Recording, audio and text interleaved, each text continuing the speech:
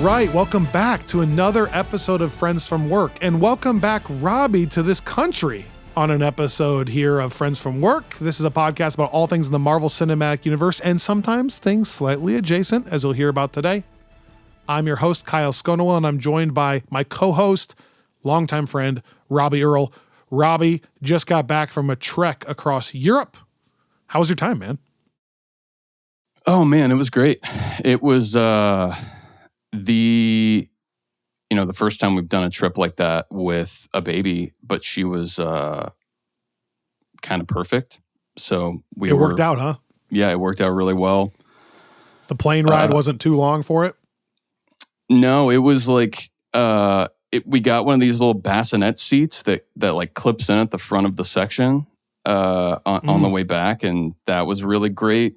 She just kind of napped in there as usual, and then there was this area where I could kind of stand up and like bounce her whenever she was getting a little frazzled. But nice. She, I just kind of wore her in the little carrier on my chest, and she just went and did all sorts of sightseeing, and we like went to this like 1,000-year-old monastery, like these like ruins, and she was like, I was making Candace nervous taking the baby up on these like spiral staircase with these stairs from like the like 1100s, and she was just like having a great time. So it was really fun. It's also just unreal that there is a reality where it can be June and in the 50s and 60s. Yeah, instead of like twice that in Austin, Texas. It was really nice. And then I want to quickly be clear. This is where my mind's going. I referred to your baby as an it. I didn't mean to. I stumbled over my words. I said, was the plane ride too long for it? But I messed up the sentence. I messed up the sentence.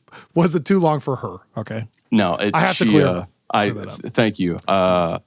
On that note with the weather, by the way, it's obviously the World Cup right now, which has been fun for me and tons of friends following that stuff. But there's been this crazy trend of Europeans visiting America and posting things online. Like ABC News did a whole bit on this, just about all the things that they're loving that they didn't know about, or like things that are just crazy different, like how much ground beef you can buy at one time, or how big Buc-ee's is, like or Texas Walmart, Texas Roadhouse, like the Japanese people that are like mind blown by Texas Roadhouse.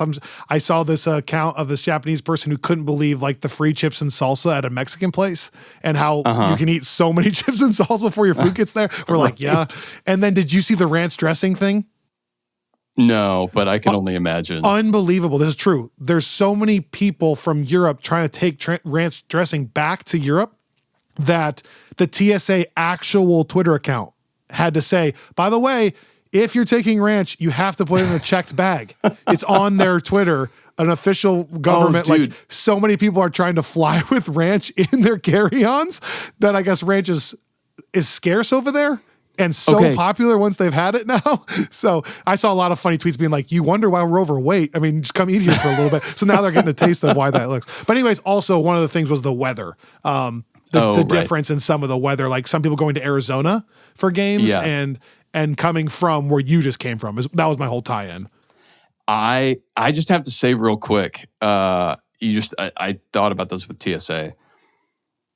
Do you know what a cubiton is? No. Okay. Is that what they say is like a cubiton of? No. Although that's funny. No, it is apparently, if you Google it, it's like a self-defense weapon.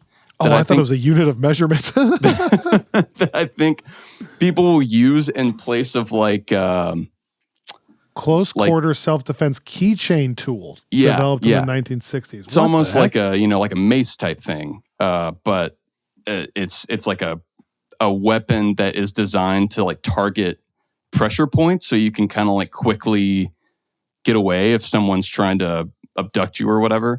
Where are you going with this? Okay, so if you Google it, it looks like for video people, exactly like this. Okay. Yeah. Where you kind of have like the point, almost like it's shaped like a ballpoint pen kind of a thing. Where you've got like a rounded end and the point. So all metal, it looks like. I got this for like $7 on Amazon. Like after my surgeries a couple years ago, because it kind of helps like work out some of those areas, like around my shoulders and neck. Never thought about it. Oh, that's like a massage tool. Yeah. This one is. Yeah. And it has some of the same features because it's like supposed to hit some of the same like pressure tension points, right? Okay. So I had it in my bag. I thought you were holding a pen right now. flew to Edinburgh, didn't have any issues. Was there the whole time. Flew out of London, like we went through the UK and left out of London. Went through security coming into London, and they were like, "Oh, hey, what's this like metal rod in your bag?" And I was like, "Oh, shoot, I'm sorry, I should have pulled that out. It's just this like pressure point thing." And they like looked at each other, and this is in London. This was in London, and I was like, "Yeah, I mean, if y'all, it was like $7. If y'all just need to like confiscate it, that's fine. It's not a big deal." And they were like, "Yeah, just 1 sec." And they go over and like talk to the supervisor. And I see like the supervisor look at me. And then they're like gone for a little bit. And then they come back with the police. No. And they're like, "Are you aware that you are traveling with like a prohibited weapon? Like that you're like trying to enter here with something that is illegal." Oh, and I was like, I was not aware of that. Like I said, you can totally just take it. And then, because we were also Did getting you explain close to, it's like a massage thing? Yeah. So I told them exactly what it was. And we were kind of, we thankfully got there early enough to not be cutting it super close. But we were getting to the point where like it was taking long enough where I was kind of worried about us missing the flight back. And so we were having this conversation, and they were like, "Yeah, sorry, that because of this, like this has to be escalated to the police. Like we have to." Oh my goodness gracious! Like this is the protocol. And so Candace comes up, and she's like got the baby in the stroller, and she's asking what's going on, and Candace like shows them the Amazon like listing, and is like, "Look, like this is the thing that he has." And the guy like takes that, like the screenshot, sends it up to like somebody, and they start like asking me all these questions about like why I have it. Do I have like a doctor's note explaining why I need it? And it goes like, and you're like, dude, you can just take it. Like, yeah, and I don't need it. But then I realized like, and after the fact, I went and did some research, and people have been like convicted of possession of a weapon, like having these things, which is crazy. Don't fly with it, apparently. Jeez. And so like we get, I think ultimately the fact that like I had the order receipt from when I got this, and it's labeled as like an acupuncture tool on Amazon. That combined with the fact that I was like holding, like it was like my bag, and then this like Paddington bear that we had bought for the baby helps your case. and then like our baby's there, and Candace, and like, so ultimately it finally like they were like, "Okay, this is not like, this person is not a threat." But they were like, just like next time you travel with it, just know that like it's probably you might get these questions, so like have all this stuff. And I was like, I'm probably not going to travel with this. Wow, that's a crazy story. Just like call it. Yeah. So that was like it got real intense there for a bit. And I'm sure there are people that, especially people in the UK, I guess. As I say, these are London police. Or like, yeah, like that, like airport security, but they were referring to them as police. And interesting. So is that a law like worldwide, or is that an American law that they can't let you get on a flight to America, or is that an English law? So it's not an American thing. Like it's not. I think the only problem in America would just be, some kind of, it goes off on a metal detector and they take a closer look at it. But I think specifically, there's no American prohibition, which I think kind of cut in my favor because they were able to buy that I was just oblivious. And they were aware that it was something that's regulated in the UK that isn't regulated in the States. Okay. But crazy stuff. So just, careful traveling with like acupuncture tools, apparently. Wow. That's wild. Okay. There's no natural transition. I'm trying to think of the natural transition. Here we go. Today we're going to talk briefly. Actually, we're going to listen to Robby give us a little spoiler-free preview of Supergirl because Robby has seen it. I have not. So Robby, you can get all of our minds right, me and the audience. And then we want to briefly talk at the end of this episode about the Spider-Man trailer. There's a brand new Spider-Man trailer, kind of a full-length one that is taking over the world. And to kick off Spider-Man month, which this is, let's talk about that trailer. And lastly, I want to just quickly say you can still pre-order your Friends from Work Spider-Man t-shirt right now if you go to the ffwpodcast.com, and right there on the front page you can click on shop. And we're still taking pre-orders. I'm going to shut that off really soon so that I can get the shirts actually made and shipped to you. So if you want to get your order in and be guaranteed that we're going to have your size, go to the ffwpodcast.com/shop. And if you're a Friends from Work Plus subscriber, then use the promo code that I emailed you not too long ago. Okay, that's the setup for today. We'll be right back after a quick word from these sponsors talking about Supergirl.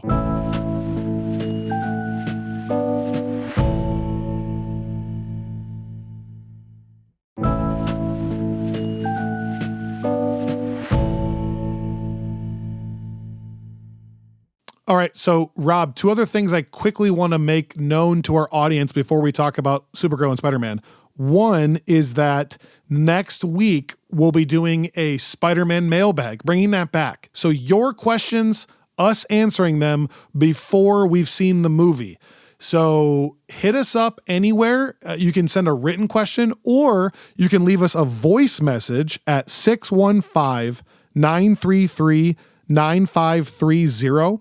615-933-9530. If you call in and leave a voice message, then we can play your audio on the episode, and that's always more fun for us to react to those live.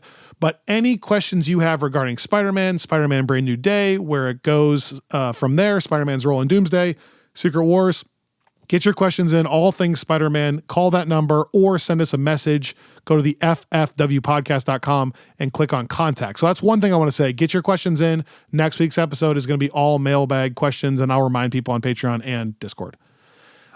Secondly, Robby, you brought this up when we were recording an episode on Widow's Bay. We were talking about how much fun I've had watching television, and then you were like, but also movies. And I just do want to give a shout out to movies and movie theaters. I just really quickly Googled this. I knew this, but I Googled it to fact check it. The AI overview from Google says the 2026 box office is experiencing its most successful and lucrative year since 2019. Yeah. Domestic revenue has surged over 23%, and it's eyeing a $10 billion year-end total. Not to mention, I saw that AMC had their busiest week of the year last year. Sorry, busiest week of the last couple years? Last week is what I meant to say. Was that for Toy Story? For Toy Story, we know that Super Mario Galaxy was over $1 billion. Michael, that biopic, which I haven't seen, almost got to $1 billion globally. Man, yeah. But Toy Story 5 already has $311 million on its opening weekend, which I guess surpassed expectations, which are already pretty high. It was the highest Toy Story opening in franchise history, right? That could be, which is crazy. That is crazy because I have more crazy things. The obsession thing is insane, absolutely insane. Yeah. An indie movie made on a tiny budget. Which have you seen? Keeps growing. I have not seen. I haven't seen Obsession or Backrooms. And don't tell Lance. Ooh. Lance loves obsession. Is he obsessed? He knows he's obsessed with obsession.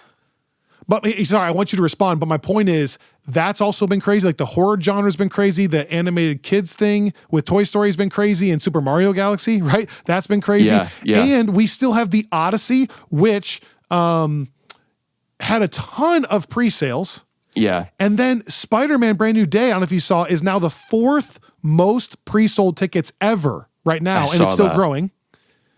And then obviously this is all pre-Doomsday, which I think will probably top or be right there with all those records. Man, so anyway, shout out to cinemas. We thought maybe this would never happen, and this year it's kind of happening. Isn't that wild? Like, and I love it. I think it's great news because it's getting people.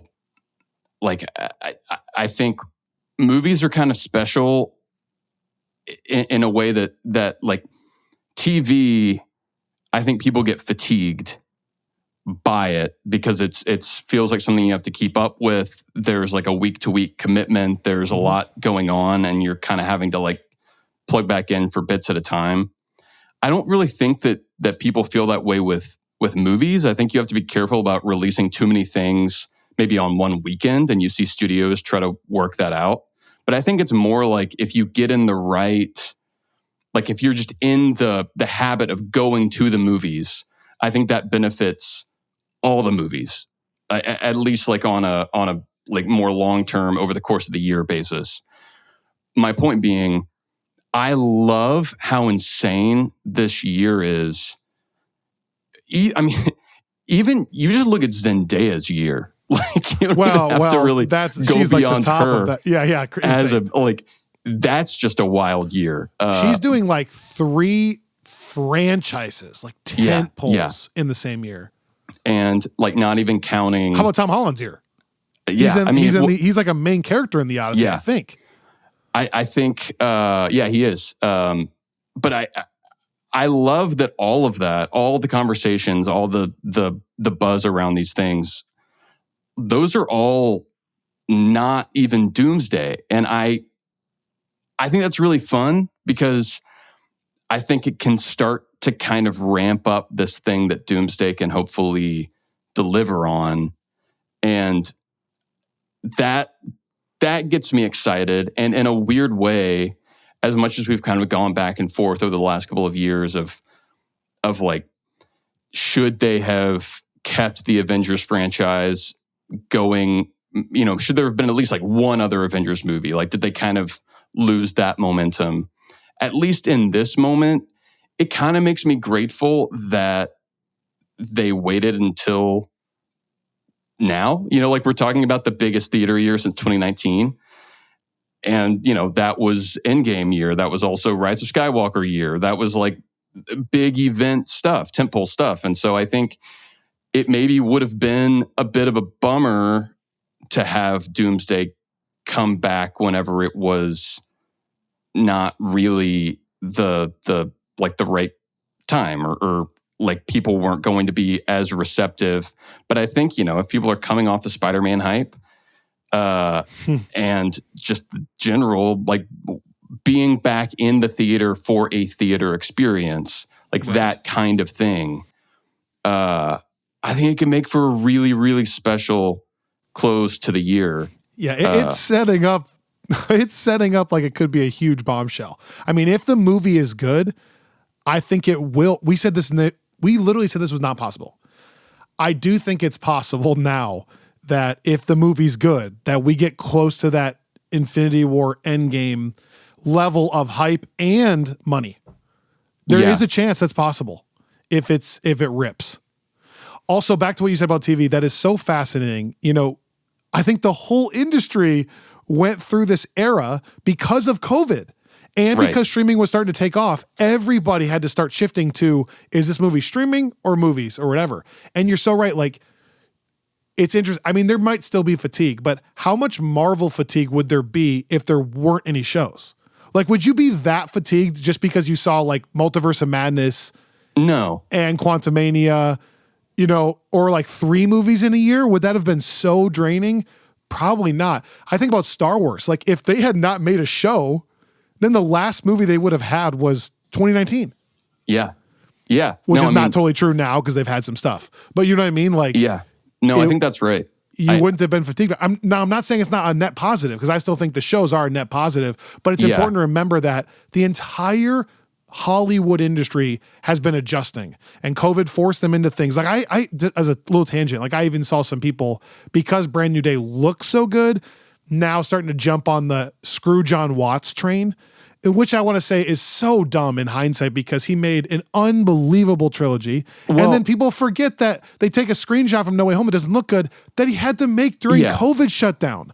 I mean, they went to Glasgow for this. You know, like, it's just like, anyways, that was a tangent, but I'm so happy that theaters are back. I think they always need to be in partnership because I love the TV shows I've been seeing, but I love it being anchored by a tentpole movie still. And on the, and we'll talk about this as we talk about the trailer. But I think if you look at Homecoming, that movie looks great. You know, like awesome. It's awesome. It's good. Colorful. It feels very much like rooted in the different set pieces. You know, like they do the suburban thing well, they do the DC thing well. So I think No Way Home is the soundstagey feeling one for reasons that make a ton of sense. You know, like that's like the during the area era where people had to Falcon wear and Winter masks Soldier got on sent home. set. Exactly. They got sent home from production. Yeah. So I think that's like, I think and if that is anyone's fault, it's certainly not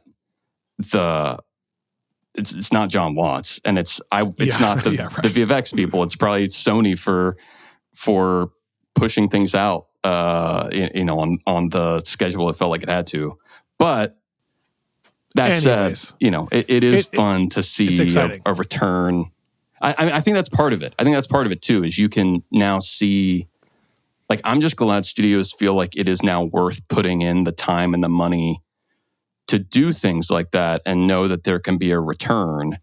Right. And, you know, I wonder if something like Sinners was a big part of that. I'm sure something like Obsession, like movies that shouldn't be able to, you know, especially contrasted with like Mandalorian and Grogu, and kind of trying to see like, okay, you still have to earn it. Like you have to earn people's attention and trust and dollars and time, but it is there.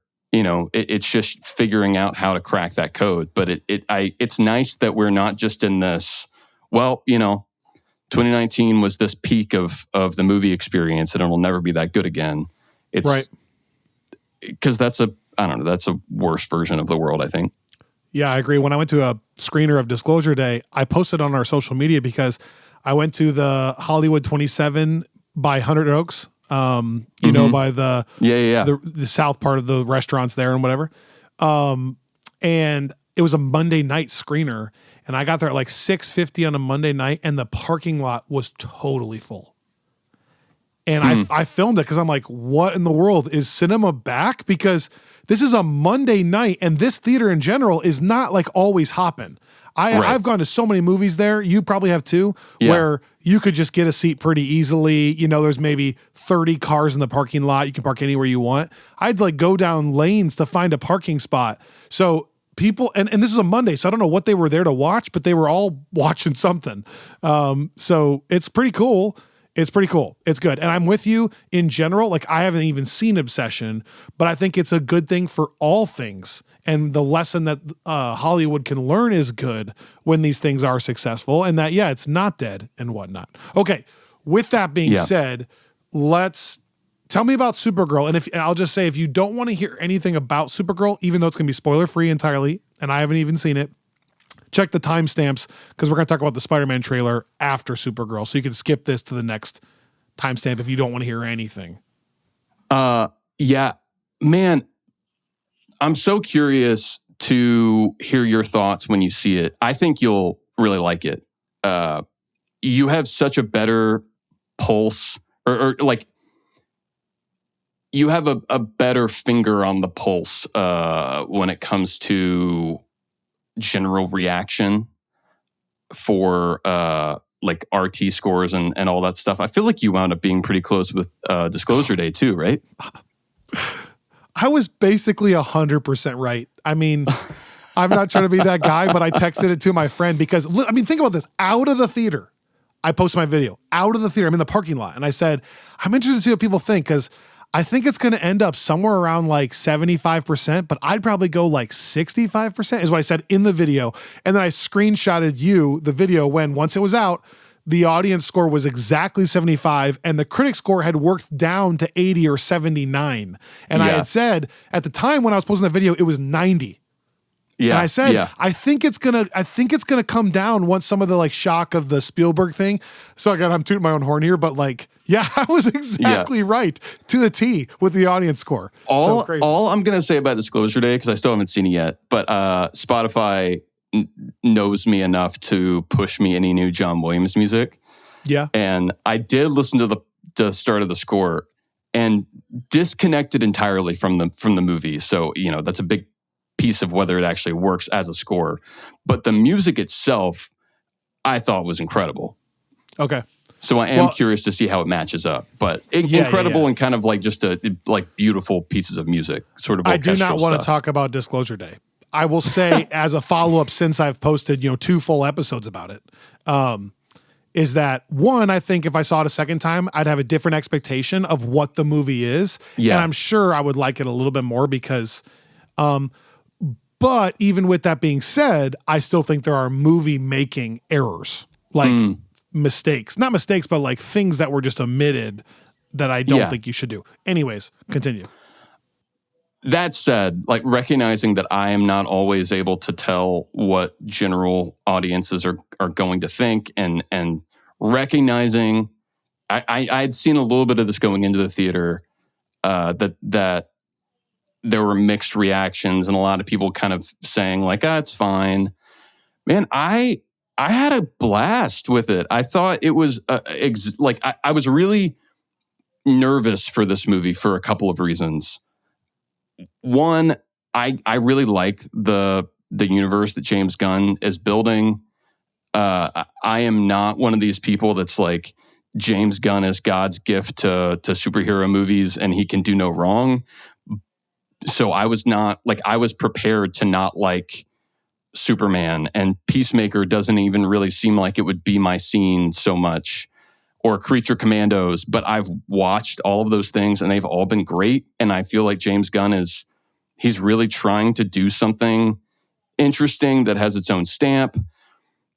But on the other side of it, you're also not a Snyder bro. You're not like a Justice for Man of Steel, and that's it. Well, and that's part of it is I did not like. There's always anytime you have like a superhero movie where the protagonist is a woman, there's just going to be this weird. I was wondering how much of that is Captain Marvel-esque. How much of the like negative reviews is that? And because it's hard to parse out, and I was just, my thing is I didn't want it to be bad because that would credit those people, like those tendencies to just assume it will be bad. So there was that, but then there was also the piece where I like this James Gunn universe, and this is the first thing that he has not himself written and or directed since, not counting the Matt Reeves stuff. So there was also kind of like he's in a very different position than Kevin Feige, but he is also in the Kevin Feige position. Like Feige never wrote or directed any of the MCU stuff. So there was not that kind of strange, like wearing 3 different hats at once thing that James Gunn has now been doing in every other project. So I think that, how can you hand off something? I do think that was a test. And to me, I thought like this very much passed that test. It fits stylistically with the other stuff. I mean, like you can tell from the trailers, there are things in this movie that feel so ripped from a Guardians of the Galaxy film. And I could see people saying that that's maybe so much the case, it's borderline derivative. And that's probably fair, but I think that what it does with it is so different. And it's not doing the kind of like the same found family, like mixed bag of characters thing. It's doing something that's a lot more of a personal, intimate story. On the Captain Marvel side, I thought about that movie a lot, and I think you will too, because this feels like someone watched Captain Marvel and clocked all the things about that movie that we have over the years talked about being misses and fixed them. And then also, gave the lead a lot more to do than that movie gave Brie Larson. But it's like, it's doing a lot of the same things without like beating anyone over the head with it. Like there's nothing on the nose. There's no moment where it's like I don't need a man to tell me how strong I am kind of a thing that you're like, I already felt that, but now you said it. And now I feel like you think I'm dumb. Like there aren't any of those moments because it's just not really concerned with that. Instead, it just kind of makes her into this like really like relatable, but cool and funny and like powerful character that like feels very much like she's on par with Superman in the ways that matter, but like a totally different personality. So I thought it was like, and the soundtrack piece also reminded me of Captain Marvel, but where we've talked about how some of those like needle drops don't quite hit. Girl. Like these, I thought almost always do. They fit the tone better. The film just seems more sure of itself in terms of what it wants to be, and has like a more like fixed vision for that character. So I'm excited for Betty to be able to watch it later. I wonder what you would say to some of the negative reviews I've read that don't necessarily, or maybe some of them do, but the ones that wouldn't fall into the bro category of just I hate this because. I wonder that's where I need to see it. I'm curious what the difference is there. Because, yeah, you put the tweet up and I didn't know. And then I saw some of the other reaction of people being like, the lead actress is great, but that's about where the positivity stops. And the villain is bland and a bunch of like pretty harsh criticism, which I don't know what the Rotten Tomatoes score is right now. But some of the reviews I saw, which early ones tend to be more positive. So it tends to go down, not up. Didn't seem very positive, but then you were very positive. And you're right. Parsing that all out is really unique. And what is it specifically about it? I was thinking about that. Is it just when I thought is it when a lead is a woman that is forced into an extremely powerful role, like powerful, like Captain Marvel could take Thor or they could battle it out at least. And that bothers people. Whereas like Black Widow, I don't remember there being as much hate for like the Black Widow film as like that one. Right. And is that because power level wise, like the movie's not trying to say, she kind of knows her role. But then I thought, but no one seems to be upset about Wanda being all powerful. So then I thought, is it just that the message of the story is women are powerful, like go women, and we're going to tell you, is that what they push back against? Well, and even the kind of presentation, I think, of Captain Marvel, like they really built it up as like, before the movie even came out, like this is the most powerful character that we've had, which they never really did for Wanda. Well, but I'm also thinking like Wanda's story was never one like what we're talking about. Like there was never a moment for Wanda where she's like, I've been suppressed by men and now I'm finally free from men's. Like this movie isn't either. I'm just wondering if that's what it is. Is that what causes the negative reviews? Or is it a physical attraction thing? In terms of the negative, that guys don't think she's attractive enough? I mean, well, that's a whole different.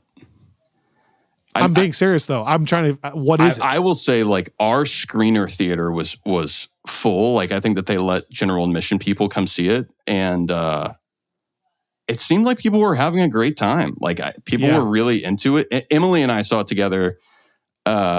She loved it, and like, she sent me like a screenshot of like listening to the playlist afterwards. Like, I would bet, and I'm not good at this. I bet it lands somewhere in the 70s. To me, it feels very much on par with like a good phase 2, like Marvel phase 2 movie.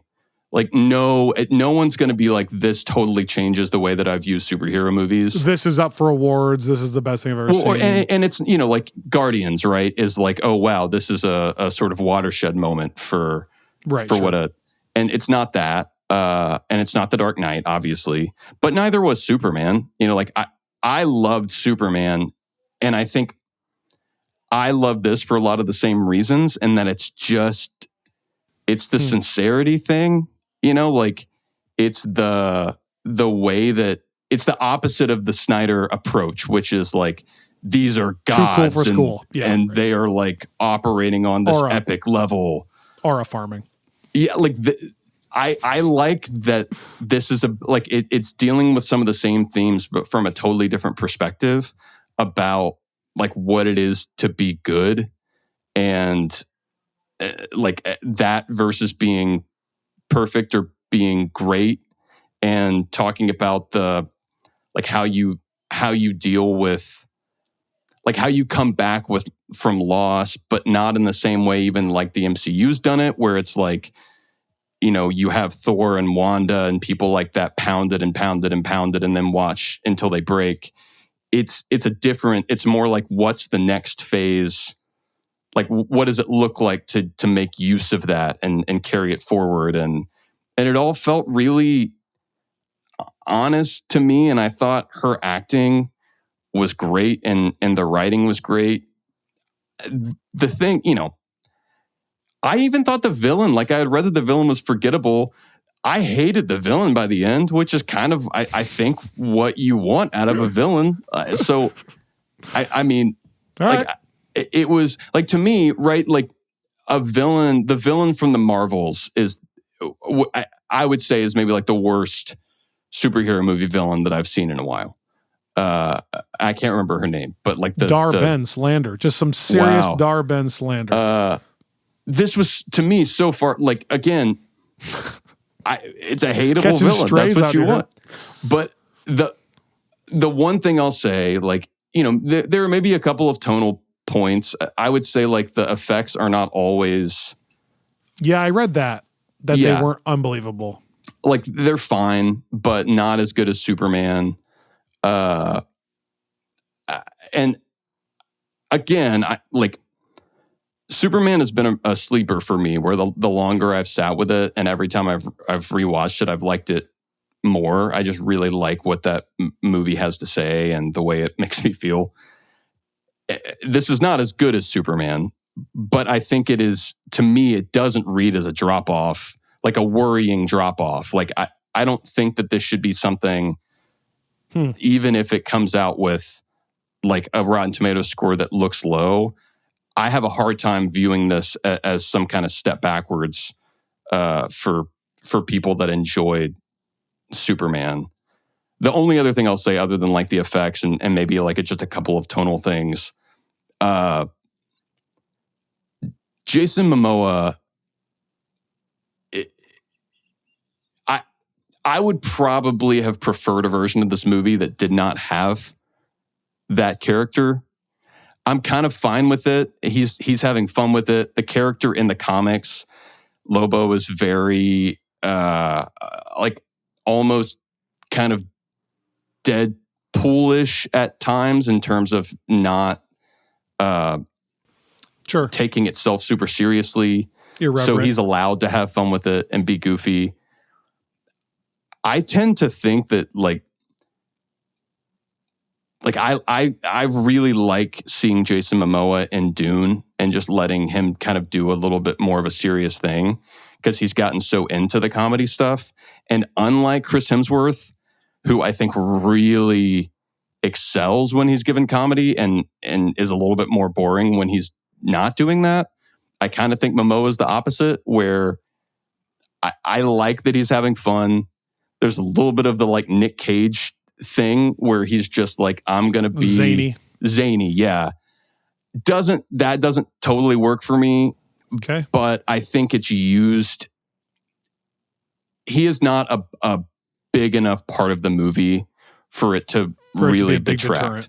Yeah. Okay. But I will say, like, that's the one thing that I think when you watch it, you will probably flag.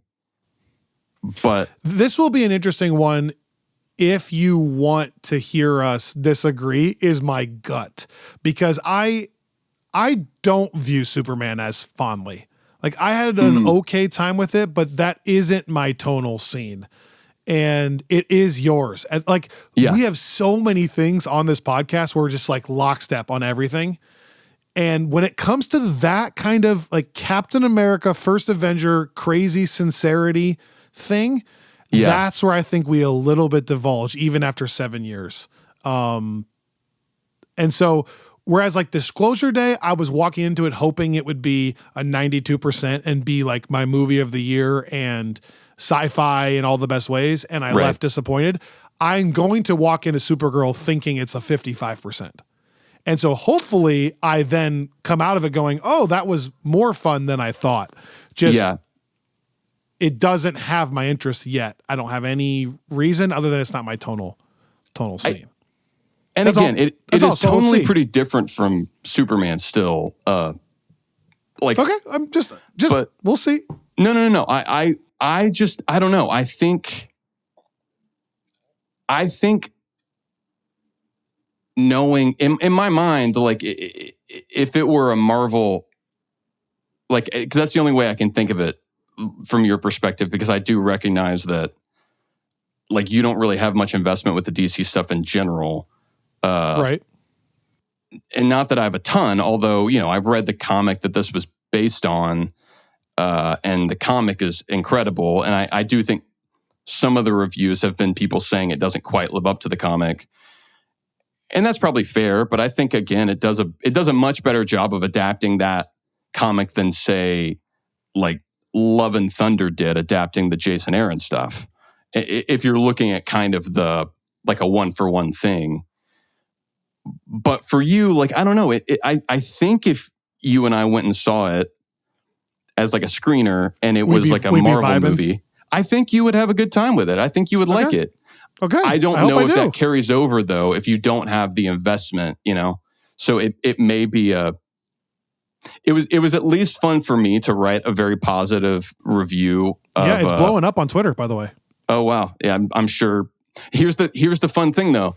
People can't even call me a shill. I know. I was gonna say, I love when our thing blows up for a non-normal reason and for a positive one. We're not even a DC. We're not even in their pockets. You know, we get that payout from Kevin Feige all the time, but not. You're a female lead shill. That's what you are. That's the thing.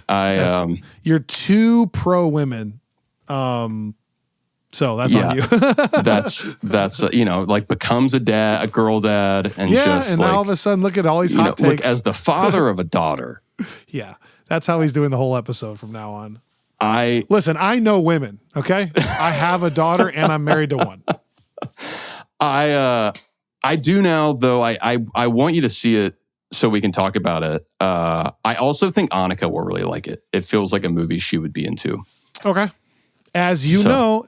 Hence you going with Emily, it gets more and more challenging to go with kids. So we got to we're still trying to get a babysitter for Toy Story 5. So we'll see. Yeah. We'll get around to it eventually.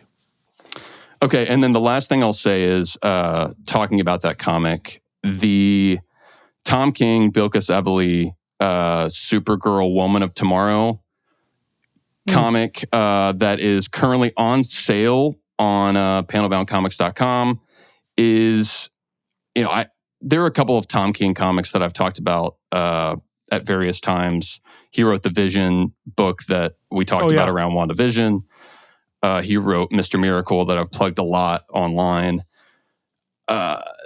He every now and then will just really hit these kind of home runs. And this is one of those. The art is also incredible, and this kind of otherworldly thing that, in fairness, the movie was never going to be able to fully live up to. But if you like the movie, or if you don't like the movie and are just curious what people are saying is better than the movie, this is a great introduction to Supergirl. It's just a great first DC comic if you haven't read any, because it requires really zero knowledge of the universe. But I think it's a good. It's rare when you find something that is being directly adapted like this, and I think that's one of the things that I've liked about what James Gunn is doing. Is he's trying to isolate specific runs or graphic novels that really spoke to him, and then give them the chance to have a fuller audience by going up on the screen. And this was very much that. So you should go to Panelbound Comics, and you can either order have them in stock, right? Yeah, you can order this deluxe edition, which you should. But they also have the kind of compact comics paperback that's only like $10. So it's either way, but you will not regret that. And there are going to be a lot more Panelbound Comics Rex coming up over the next couple of weeks. Heck yeah. 4 reasons we will talk about after this break. Promo code Friends From Work, all one word. Friends From Work. We'll be right back.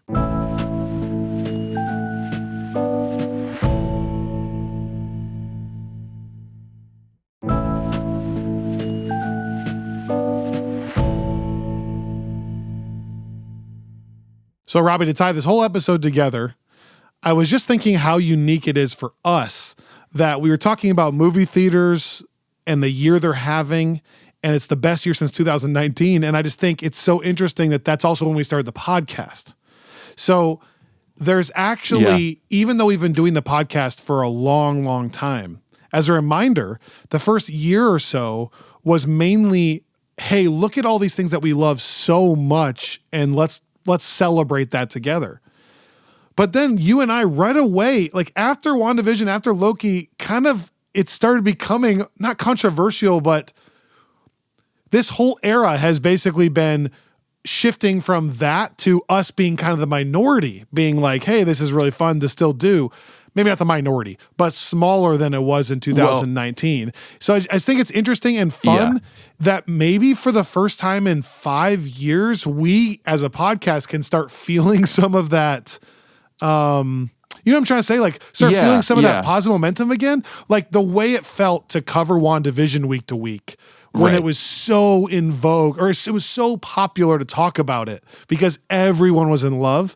Right. I would love for that to start. Like, that's what I'm starting to feel with Spider-Man. I'm starting to feel like, in fact, the only fear I have with Spider-Man after watching this trailer is just that I hope it lives up to the hype, because the train has left, right? You know what I mean? Like, if you're not on the hype train, you're going to have to run pretty fast to catch up. And I hope it lives up to that. But you know what I'm saying? Like, we've been through this era of not really, I don't know what the right words are, but it'd just be fun to have something universally celebrated again for a long time and be talking about that. I mean, I feel like it was we came out of 2019 and the hype kind of continued to build post-Endgame and then built through COVID. And I remember you and I used to talk about how there was this sort of nervousness around what happens when Marvel finally has a movie that isn't fresh on Rotten Tomatoes. And then that happened in Eternals. And I still think because that was such a unique different thing. Yeah, people were kind of fine with it. And then No Way Home came out and that was such a big hit. And then Multiverse of Madness was massive, for a Doctor decently Strange well movie. Received but also divisive. And I think around that time with all the new Disney Plus stuff, we kind of started having to move more into Yeah, not a defensive posture necessarily, but I see what you're saying. It sort of ramped up. The and comments then we would get in like 2020 were like, yeah, that is so fun. Like, man, Iron Man 2 actually is pretty great. It's so fun to rewatch it. Holy cow, what's going to happen in WandaVision? And then somewhere in there it started being like, man, you guys are shills. You know, Quantumania sucks. Yeah. Multiverse of Madness was the worst movie I've ever seen. That's the comments we're now getting. And I'm like, oh, this is like not as fun as it was a while ago. But then you realize, as cheesy as it sounds, and especially as things get so like busy, you have to just rely on enjoying the thing and enjoying talking about the thing and watching the thing. And I think it was such a strange process there for a couple of years because Marvel was so big, like as big as it had ever been in terms of the amount of stuff that was coming out and the amount of people that were paying attention, like even more so, I think, than in 2017. Yeah, agreed. And so there were more eyes on Marvel when it was maybe less sure of what it wanted to do than there had been when it was very sure of what it wanted to do. Yep. And so I think the nice thing is, like, they're sure of it again now. Yeah. That's the difference. And, you know, we're still here, still doing this because we still care. And yeah, man, I have not talked to you at all about this trailer. Yeah. I'll rapid fire you real quick. Yeah. Because this did it for me. This got me going. I'll start backwards. The final sequence of him doing the banter that I've been wanting, the Andrew Garfield style. Yeah. I got to stretch. So Andrew Garfield. Also, So Andrew Garfield, a little meta almost to be like, I'm not in high school anymore. Yeah. Working backwards visually, it looks really Stretching cool. So good for you. Yeah, exactly. Funny. Like that's the banter. That's the Spider-Man 2 banter. Sorry, the video game. I mean, visually, it seems like it's going to be pretty awesome to see all the shots of the swinging. It looks like it's going to be really cool. Backpedaling more, we see the shot of the Hulk, which I think people have been wanting, like a Hulk. Dude, let's pause on the Hulk for a second. Okay. I'm just saying there's a lot here. Like that is the first. It's the first version of the Hulk like that we have gotten. Age of Ultron, right?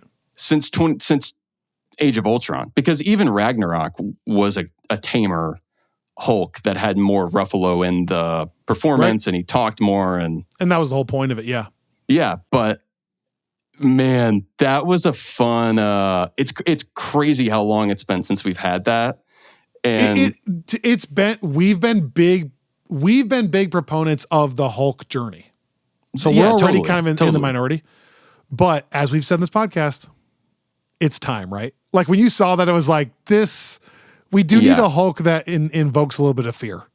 And is your sense from that whatever is like there's some kind of mind control stuff happening? So he's sort of having a similar Scarlet Witch situation. So the big question is that Jean Grey? I'm sure you've heard this discussion for a long time.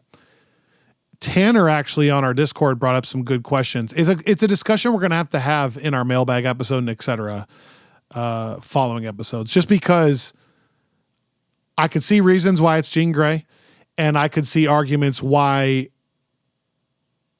it'd be kind of a weird time to introduce Jean Grey in a movie that's supposed to be standalone.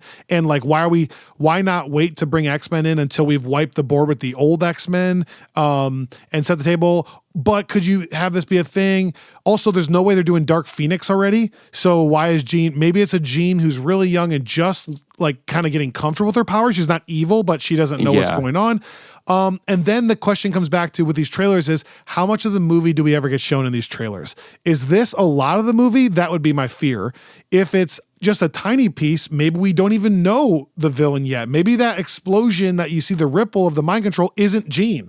Maybe it is Jean, but she's not the one doing that. Or maybe it's somebody else mind controlling the Hulk. Yeah. I don't know. It does seem like there's some kind of invisible force that he's really wrestling with, because like you saw the like haunted scene where like Yeah. the random people are being taken over, almost like the Void kind of saying like, hey, I'm going to go see MJ.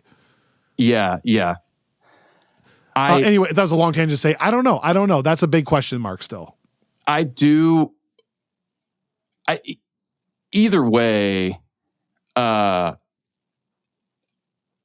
it pertains to the Hulk, I think I like that because they can just argue that something happens in the process of him being controlled or unleashed or whatever that disrupts the balance that Banner had finally figured out and kind of lets the genie out of the bottle to where he's back in a situation of kind of a classic Hulk where he can be set off and not able to control it in the same way and not necessarily undo what they had already done. Like I think it was going to be hard to just be like, okay, I had it figured out and now all of a sudden I don't again.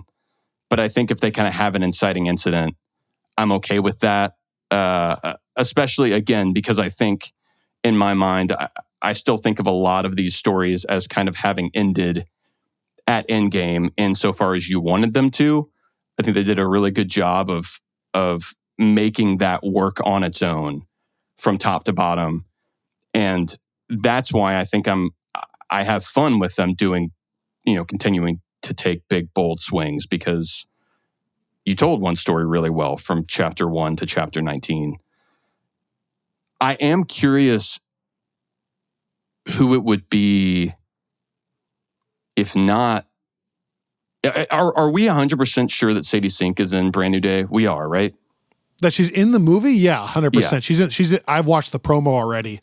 And she's been in interviews with Jacob Batalon, Zendaya, Tom Holland, and her. I watched one with Fandango specifically, so she's 100% in it.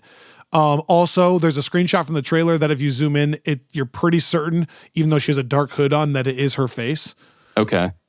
But we have not then also seen that it's Sadie Sink mind controlling people, right? Like those are they could be two separate shots.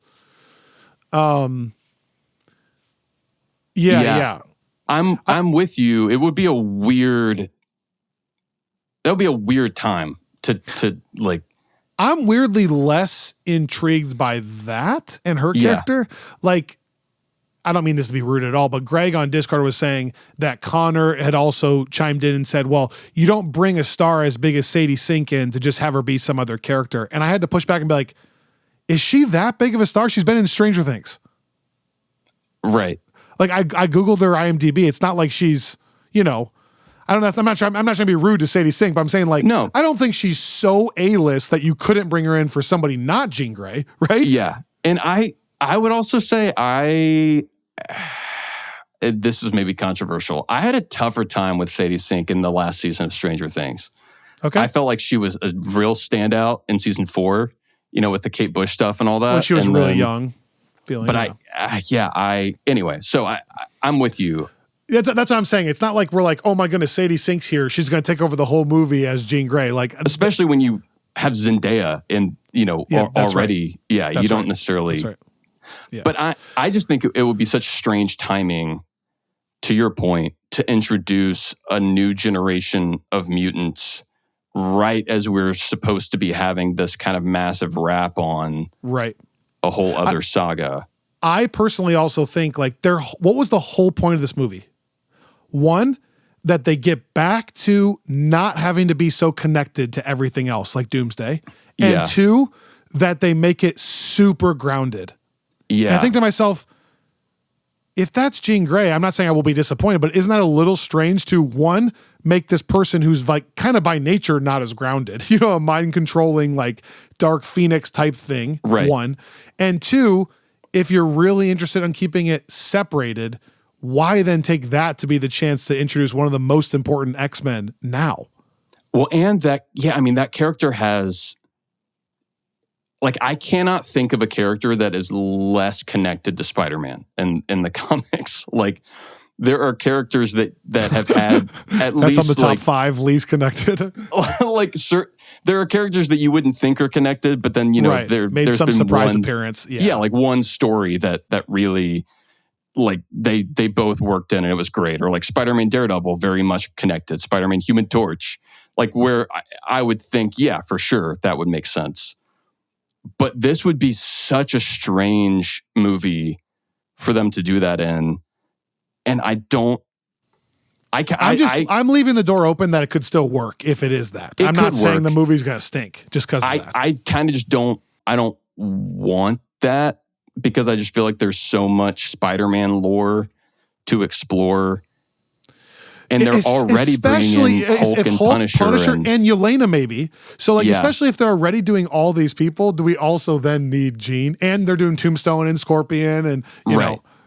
Like, but then I need to think about who that mystery villain could be because there are certain things, certainly like in the realm of the other transformation stuff, the other being the comic story that they're at least partially adapting here. And there's stuff related to that and villains related to that they could be bringing in. But I'm not sure that they necessarily behave in a mind control way. And also in that sense, there's a line in the trailer where it's like, you're the only one that isn't affected. Yeah. He's like walking through it. Or whatever. I think Tremel Tillman is that his name? Is saying that to him. And is that is your take that that's like a spider sense thing? That would be the obvious answer. I don't know if there's something deeper than that. Okay, so let me hit you with another one then. Tom Holland's been talking a lot about how for this movie he went back and did a bunch of research on did you see that quote where he listened to thousands of he says.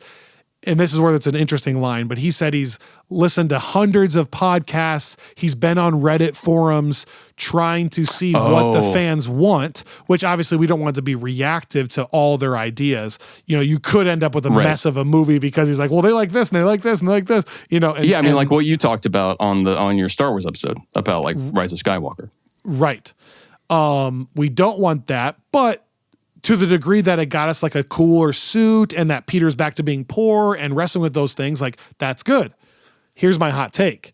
I also just watched an interview with him and Zendaya. They play the Spider-Man video games and they were talking about how good the games are. And that she was specifically mentioned getting stuck on the part where Mary Jane turns into Carnage and she couldn't beat that level. So Tom Holland has to come in and do it. So I know he's very well aware of the game. Yeah. Now we get this trailer where he's, grossed out by organic webs. The dialogue is something's happening to me. I don't know what's going on. He's also majorly strong. Like he's taking Scorpion and just slamming him on the ground like the Hulk almost. Yeah. In that first shot. Is there any chance that there's we know some adaptation of the human spider thing. I don't think there's any chance that it's going to lead to him having spider legs. I'm not saying that. Is there any chance there's anything kind of symbiote-ish as he's playing through Spider-Man 2 that he took that to them? Is there a chance that there's any kind of redemption on Spider-Man 3 of let's do the black suit thing well, and we didn't before? He also has famously said that we haven't seen the villain yet. That's what he said in an interview. And that in the synopsis, it says the villain is invisible. So maybe people have been thinking it's hinting at depression. That's what it means by Spider-Man is doesn't know who he is anymore. But is there a possibility there's a you know what I mean? A hint at he's losing himself? See, I think in that way. That's where. Sorry, anyways, long tangent. No. I mean that's where I've been so intrigued since the first trailer because my initial thought would have been, okay, they're going to make Brand New Day the equivalent to Homecoming, but for this new era, reestablish the status quo, status quo. Yeah, here's all the pieces, all these villains are out there. And he's in a new classic suit, and you kind of then, in a sense, it's like the new hope of a new trilogy. And then I had always thought maybe the empire of this new trilogy would be a symbiote thing where you get to see him. Because I think that worked really well in the Spider-Man 2 game, like you're saying, where that sort of followed that. Oh, it's so cool in the game. line. Oh my gosh, I just beat it. But I now like seeing them do the kind of darker thing, and maybe they're not doing that as much. Maybe his maybe eyes going all black. Yeah, and so, maybe it's like he also looks extra strong, like the web tornado and like the way he's throwing Scorpion. And that is a thing where, like, I think in the comics corner, Tanner and Greg and I are going to talk through the other, and that'll be a fun discussion to sort of think through the implications of that.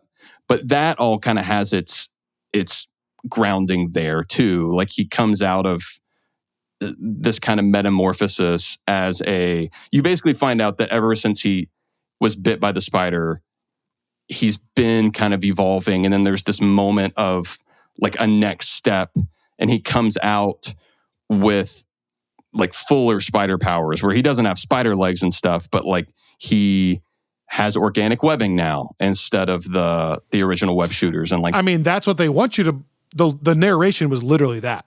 Right. There's been like a metamorphosis, and what emerges is, that's literally the narration. And I think you had pointed out in a prior episode, but like, maybe the symbiote is introduced like as a way to like harness and control some of that stuff. Like maybe it's not like maybe they don't do the alien thing. Maybe they take the kind of Ultimate Spider-Man like lab created symbiote thing. Yeah. And I think don't do alien. I think. Unless because he specifically has that conversation with Bruce where he's like, how do you pick the good parts of the DNA but not the bad parts? And then Bruce is like, well, who's to decide what's the bad part? Yeah. Does that kind of get at the comic run you're talking about? Or does that kind of get at what I'm talking about? No, I mean, I think like the comic run I'm talking about, it was a major, like he comes out stronger, and there's kind of this like deeper spider thing in there that you hadn't really seen before. And part of it is the organic webs, but also part of it is like there's a famous scene where it's like the post-Civil War era, and Tony Stark is hunting him down, and Spider-Man. There was a whole period, and it's so funny in Marvel Comics where people hated Iron Man because he was written to be a real villain, like of the Civil War era. But then Robert Downey Jr. came in and made him so beloved that finally it redeemed it. But so he like is going after Spider-Man, trying to like arrest him, and it's the first time that Peter is kind of out using the new powers, and because he doesn't have web cartridges, he just like keeps webbing him up, and then it's like the panel zooms out, and then Iron Man's like totally like paralyzed with like wall-to-wall webbing.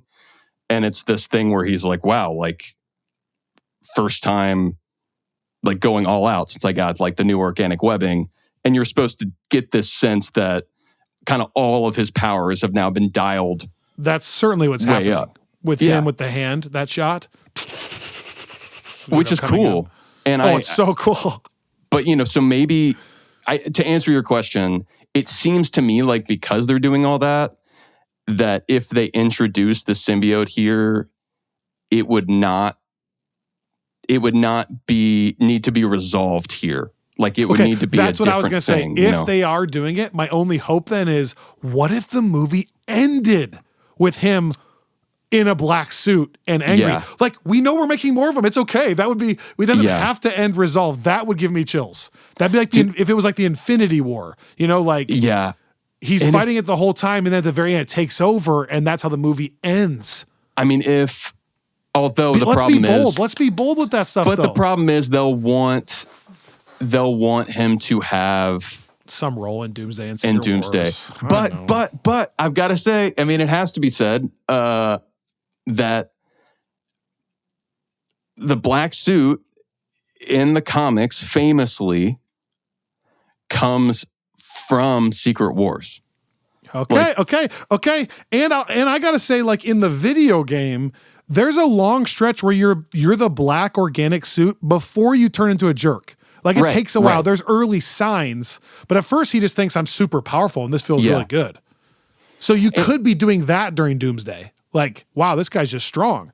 We don't know who he is, but you know what I mean? And then, the next movie is Post-Secret Wars, and it's like a full embracing of it where he has to work it off or something. And there's, I mean, you know, it depends. They kind of set up Tom Hardy's Venom symbiote alien thing being in the MCU now. You know, as the very last post-credit scene of No Way Home, they could drop that or not. So if they want to go that direction, but then, like in the comics, he goes to fight on the secret world with all the other heroes. And everybody else's, their like costumes are getting all ripped up. So they find this machine that repairs everyone's costumes. And he's like, oh, I want that because my suit's all ripped up. And they're like, yeah, it's this machine that's in there. It's this alien tech. And he like picks the wrong machine by accident. And it's the machine that's actually housing the symbiote. And he thinks that he just got like accidentally redesigned a suit and doesn't know until he takes the suit to Reed Richards, like way down the line, that it's actually alive. But the other thing in the comics too, they actually didn't do the thing where the symbiote is a bad influence. Like that didn't come about until Venom is introduced. And really in like the 90s Spider-Man series is the first time that they kind of have like Peter starts to become more aggressive when he wears the black suit. And so that's the those version. Two things are confusing to me a little bit, but I now know what you're talking about. Over these years, I've had to ask you questions of like, what's Venom versus the black suit? Oh, right. Yeah, I mean, I think that's the idea is in the comic, the suit does want to what's the word I'm looking for?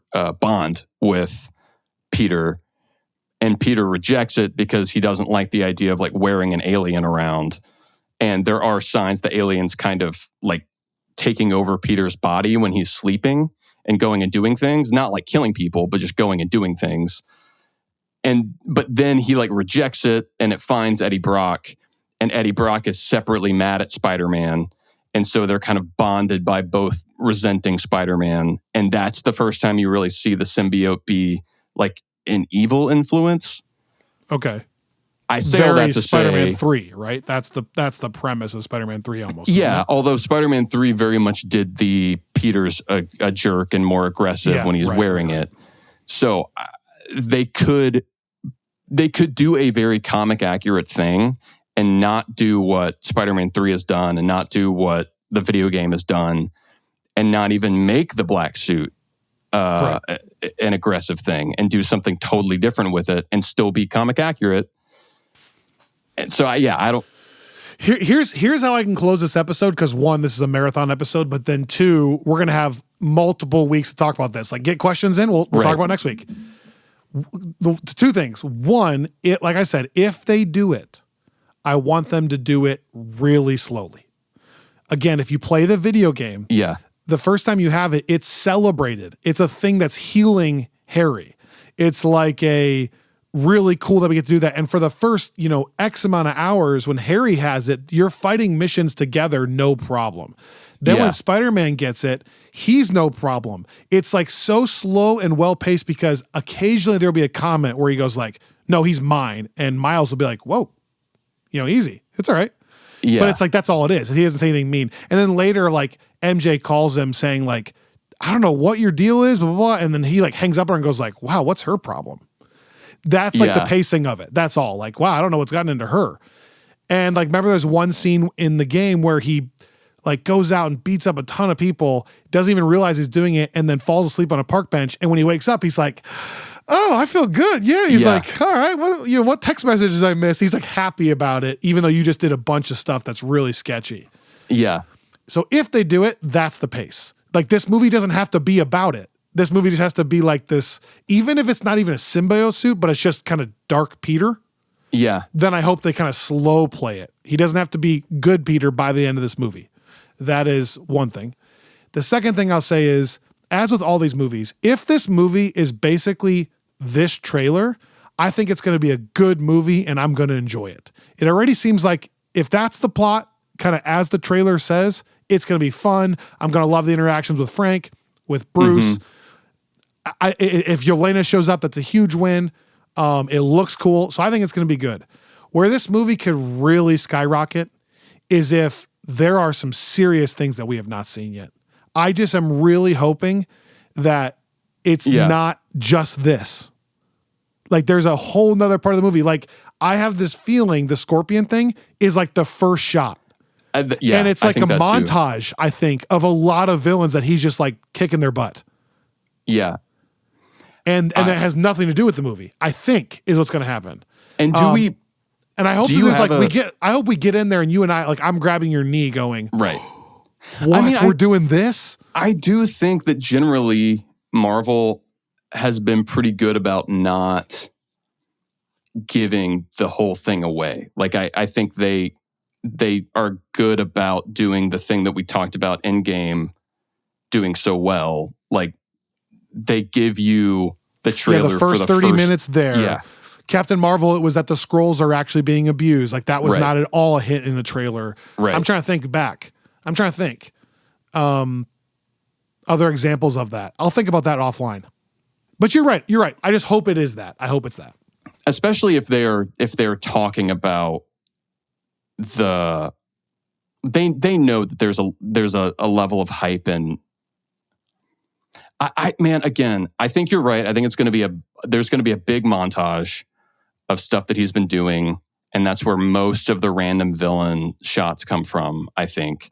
Did we figure out whether that is like a hand or a 10 Rings reference? I think it is supposed to be the hand. Okay. I'll give the disclaimer that it's hard for me to parse out what's a rumor and what's confirmed at this point. Is there a line in this last trailer where he's telling Frank he has nowhere else to go? When Zendaya's there, and I don't know if because Frank says, "Who is she?" And then he says, like, "Frank, please, I have nowhere else to go." So I don't know. Yeah, man. That's the thing. I just think there has to be something going on. You know, maybe like damage control turns on him, which feels predictable, I guess. But we have had 5 live action Spider-Man movies, and there is still a lot. I mean, there are like 1,000, almost coming up on 1,000 issues of The Amazing Spider-Man, not counting Ultimate Spider-Man and Spectacular Spider-Man and everything else in between. Like, there is a lot of Spider-Man lore that they have barely scratched the surface on. And so I think that if like they finally have a chance to do a 4th one and to have so much kind of goodwill going into it, I feel like they're going to want to take some big swings. And that's the vibe that I get from the trailer. I like that they're dangling some stuff out there. And I don't know. Again, my favorite feeling is to not know what they're doing with it. But I will say, just that little glimpse of him fighting the Hulk was like one of my favorite. Like that's the stuff. Like that's the stuff that we just never fully got in the original trilogy because of the time that Spider-Man was introduced, right as all of the Infinity Saga stuff was coming to a head. We got so much great Tony Spider-Man stuff. We got some great Spider-Man Doctor Strange stuff and Guardians. But really, other than some like really kind of brief fun things in the Endgame battle, that was the bulk of the MCU. Like him with core MCU characters. Like we never got him with Thor. We never got him with the Hulk. And so this is fun. The line that got me more than even the Hulk thing was just Bruce saying, "You're not one of my students, are you?" That for some reason, that's like, oh, here we go, baby. Here we go. Oh, Okay, we got to go. I love it. We're gonna have a whole month. We're gonna have a whole month to talk about this. I'm gonna officially. I'm saying this. I say this all the time, but I'm actually closing us with this one thought, because if I don't share this now, I'm not gonna share it next week. I'll forget it. You know, you and I on this podcast love this stuff. We love these movies, and as we mentioned, sometimes throughout the course of this podcast, the overall sentiment has not always been in agreement with us, and we've had to kind of almost defend certain things. And so I'm always extra sensitive to listening to the people involved and how do they talk about it. And my heart was done so much good with 3 separate instances, and I'm maybe going to blank on this week as I was watching promo. One, I saw this interview with Mark Ruffalo. I think it's an older interview, like 7 months ago, but just like directly sticking up for the MCU, and it was so cool. He was like, even specifically asked about Martin Scorsese. He's like, look, to me, it's all acting, it's all storytelling. And he said this, I'll say this, I've never been in a theater of any of the highbrow directors where people are crying, cheering, standing up, laughing. He's like, I'll just say that to them. Like, you know, and he's like, I love it, because they were asking him, like, as someone who's been in both kinds of movies, like the highbrow, you know, thing, and then Marvel. And he's like, I love it. It's all storytelling. So like that did my heart good. First of all, 1, 2, to see Zendaya. And I saw a sit down of Actors on Actors with Zendaya and Andrew Garfield, and the way they just gushed about how much fun they had on No Way Home. And it was like, you know, 2 actors that are also in other things that are more indie and stuff. And the care they talked about it with, like, I didn't want to step on Tom's movie, but then, you know, I thought it'd be so cool if my Peter could help save him about hitting blah, blah, blah. And then how much fun it was. And like the first scene they shot together was the fall, and how, you know, deep that scene was for him as his character. And so that did my heart good. And I'm blanking on the third one, but I saw another pro Marvel third thing this week. And so all 3 of the things I was like, that makes my heart feel good. That's all. That's how I want to close it. I love that. I will just say on that note, like we said at the very start of the episode, Zendaya is having such a wild year, and she is unique in that she seems to have a really either like a great sense for scripts and picking her projects, or she exerts some creative control. And I know that she and Tom Holland both like read through the first drafts of the scripts and stuff and had notes and talked through all that. And I'm just getting the sense that she is uniquely gifted at making sure that the movies she is in turn out well. Like, she is not, I'm trying to think of a bad movie that she's been in. And she is at a spot now where, like on the cynical side, you're going to make a lot of money being in a Spider-Man movie. So I get why she would be in it. But also, I think if she didn't feel like this was a good look for her, she would not want the blow to her brand to be in a movie that she didn't think was going to be great. So there's just something about her choosing to come back when she had a really easy out, and choosing to come back in what looks to be a pretty significant way to hang around in this franchise, when a lot of people might say, like, this franchise helped me get to where I am now A-list and I no longer need it, so I'm going to go just be A-list. You know, it's like you hear like Leo and Timothée Chalamet talk about how, like, you know, you can never be in franchise stuff, because when you're in franchise stuff, that automatically kind of dims your sparkle in some way. Like, you have to be the one that's not connected or like tied to that kind of stuff. And again, I'm just saying, you have to think she has every reason to not do it. And there are plenty of other things she could go and be a part of.